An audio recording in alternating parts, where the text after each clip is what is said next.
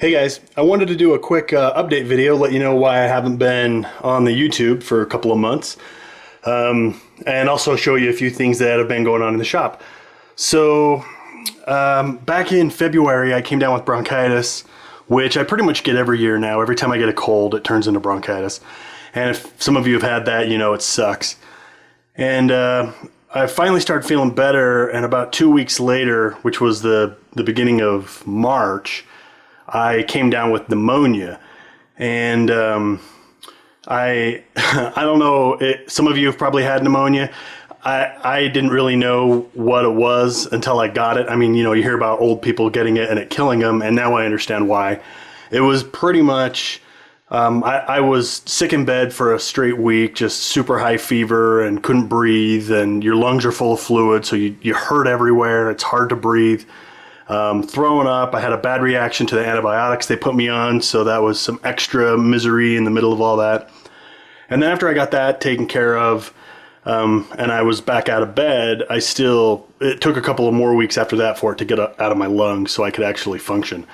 And then in between all that, since January, let's see, today's April the 10th or the 9th? Since January, it's the busy season at my day job, and so I've been trying to do 55 to 60 hours a week every week. And then just between that and being sick, it's really cramped down on my being able to do YouTube, edit videos, do voiceovers. So I got about 2 more weeks of busy season, and then it's officially summer where I work, so it's going to slow way down, go back to a regular 40-hour-a-week type job, and get some more time in the shop. So hopefully in the next couple of weeks I'll have some more content for you guys.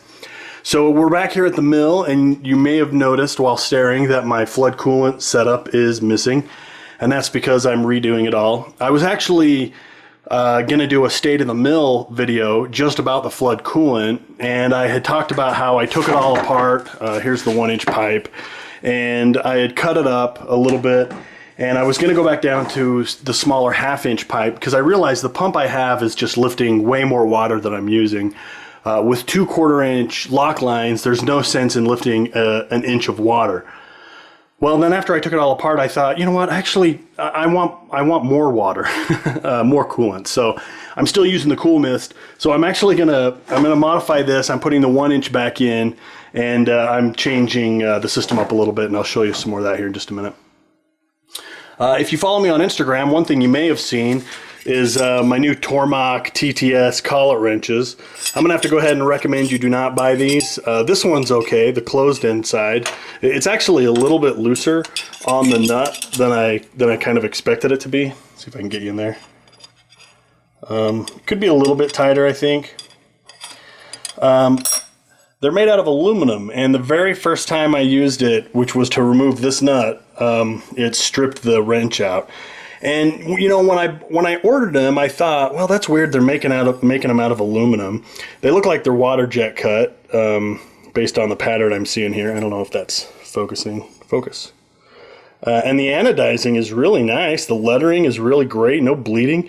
They look awesome. And I thought, well, they made them out of aluminum. Clearly, Tormach knows what they're doing. I don't know.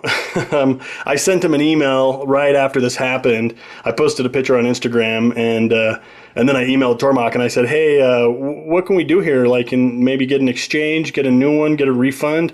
And I never heard back from him.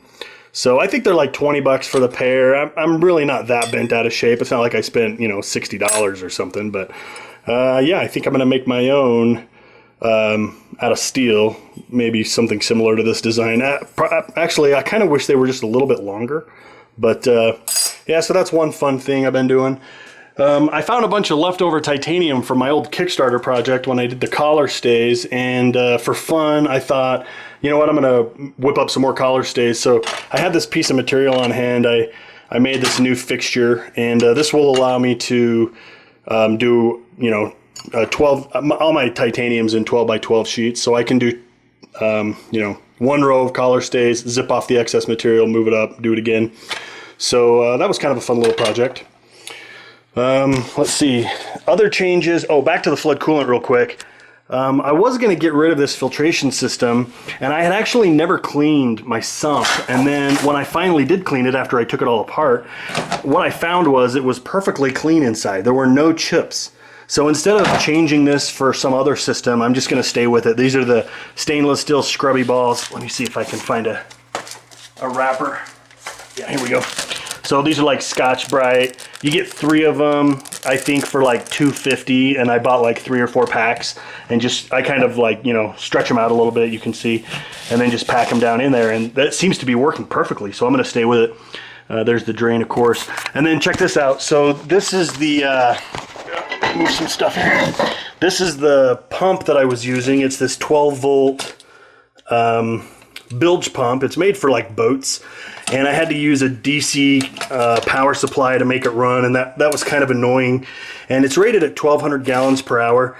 And then I happened to be in Harbor Freight, and I noticed 1 horsepower bilge pump, sump pump actually, was on sale, and with the 20% off coupon, I think I got it for like 50 bucks or something.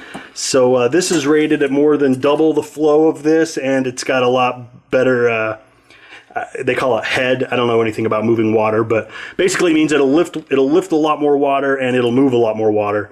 So volume and pressure should go up. This is going to be kind of a funny, I mean, I think it's ridiculous, but what the heck. And it's regular AC, so it got rid of that stupid DC controller, or DC power supply.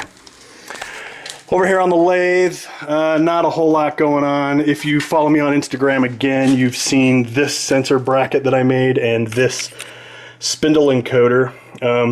This is a 60 pulse encoder plus an index pulse, which is why there's 2 sensors.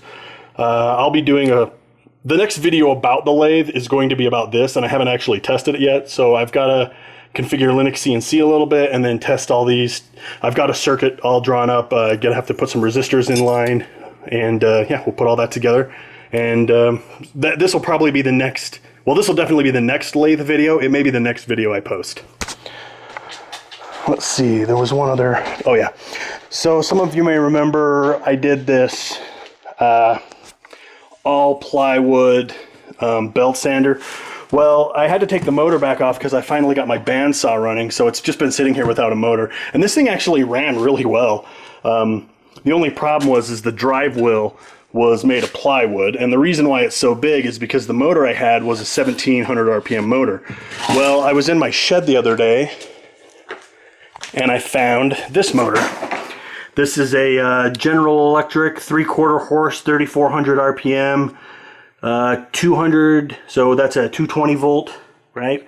4.9 amps, which actually, that voltage in amps means a little over 1,000 watts. So this peak horsepower on this is more like a horse and a half. So this must be the RMS rating.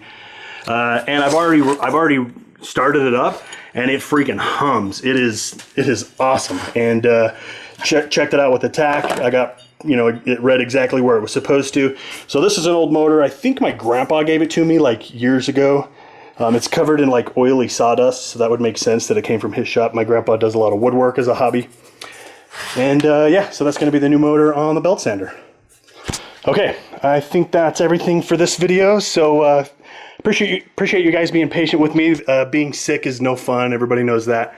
And hopefully I'll have some more content up for you here in the next week or two. See ya.